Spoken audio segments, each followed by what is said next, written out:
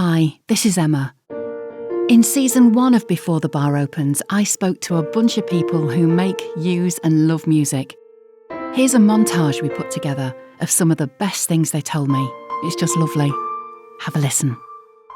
I am in the very lucky position that I make music as part of my work, which is such a great job. I make music by just having a blank canvas and being open to anything. Anything goes. I make everything from pop music to classical choral music to orchestral music to music for dance. I think I play the drums now with a maturity that I didn't have, probably because that my technique has suffered as a result of not playing. So less is more, and just try and make the other musicians feel as comfortable and supported as I can possibly be. That's the aim of any musician, I would say. When I'm walking the dog, I am playing with melodies in my head. And of course, every time I hear anything, I guess it's inspiration. And I was just sat in the kitchen playing the guitar, and this song arrived, fully formed, from nowhere. The chords, the chord pattern, the chord progression, the lyrics, the 2 verses, and not exactly a chorus as such, but a refrain, a middle 8, and then an ending. And it all just arrived from nowhere. Did I make that happen? How did that happen? It just came out.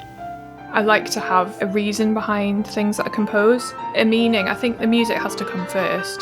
But I came into composing from quite a spiritual end. I almost had like this calling to be a composer. I'm thinking about the different instruments and the frequency content of those instruments. You've got your creative hat on, but one side of it is the engineering side of it as well. How's that going to sound in a mix down? You know, are those frequencies going to complement each other?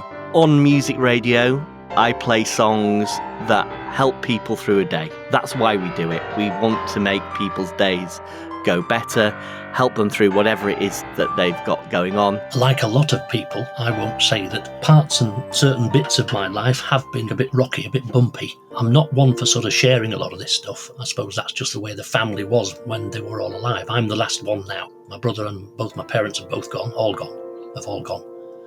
So, I tend to get into the studio here, get the headphones on, turn it up loud and find some music. The one that I played the other night that brought a few tears was listening to Floyd and Comfortably Numb. And don't ask me why, because I've absolutely no idea. I'm really looking forward to actually getting back out busking, because I think when I come back, I'll walk back in the house and I'll say, God, do you know what? That's what I do. I use music to either help with my mood, to lift it, or to feel emotion, or to heal, to soothe, or to just get myself lost in it. The music I create, I use to make a living. I use music on the radio station that I run to hopefully make people who like that music's day a little bit better. I've always said that radio stations can't change someone's day completely, but they can just make it a little bit better. And then I use music as a way to switch off from work and everything else. But I think I use very different types of music for all those things. I use music to relax, to make me feel things that I haven't felt maybe during the day. A chord progression or a melody or a phrase will just send tingles up your spine, and I use it to sort of feel things that only music can make you feel. Music keeps me alive, it keeps me going, it makes me want to get up in the morning, it gives me a purpose for living, it connects me to other people and brings out joy for me. It's just my dream to be a musician every day. I use it for therapy, to relax me. I use it to entertain me. I use it for everything, really. Radio without any music, whether that's long pieces or short, would be such a very different listen.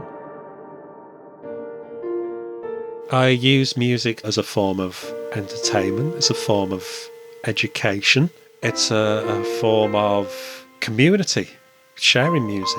Music brings emotions and feelings to people in a way that I can't think of anything else that does. Maybe other art forms, but music is certainly the most obvious way to change someone's mood. There's a great French radio station called FIP, and it's great to put that station on because firstly there's not a lot of talking, and when there is talking it's in French. I don't really know what they're talking about, it just sounds lovely whatever they're saying, and they play a real kind of eclectic range of music from around the world and from different eras, different genres, and that I find that's a great way to discover music. I'm curious about music and I like to hear things from different cultures. I love music because it's a language that you can speak with other people when you can't express yourself through words. When you struggle with social interaction, you've got music as a common language, as something that is a true voice that can come out of everybody and that everybody can participate in.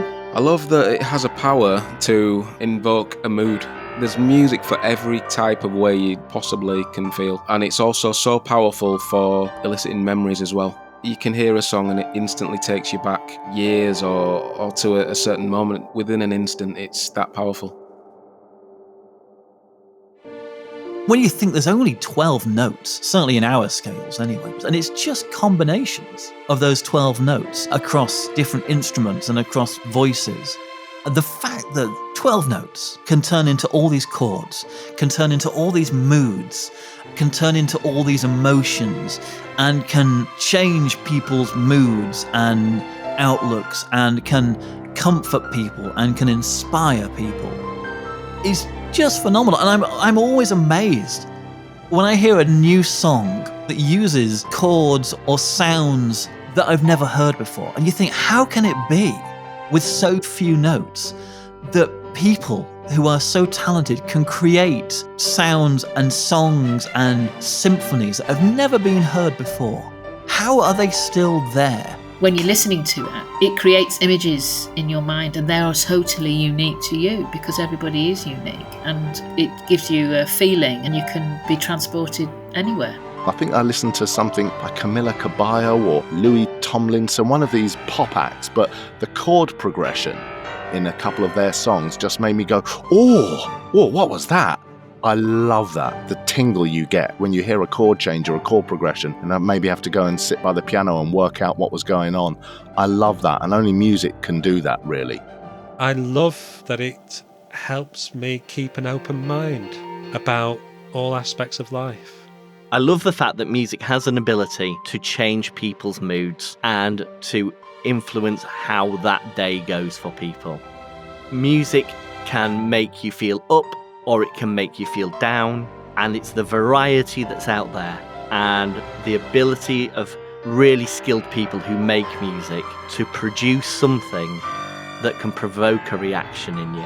I don't know where we would be without music. I think it would be a bit of a boring old place, really. And that just about wraps up season 1 of Before the Bar Opens. Before the Bar Opens is created by me, Emma Clarke, and is produced by Rick Watson. I compose the theme music. You can hear the full piece on our website, beforethebaropens.com. Do check it out because there's loads of stuff on there. If you enjoyed this episode, please subscribe, leave us a review, hopefully a lovely one, and please tell your mates. We'll be back in January, so stay subscribed. Have a fantastic Christmas, and here's to a corking new year. Thanks very much for listening.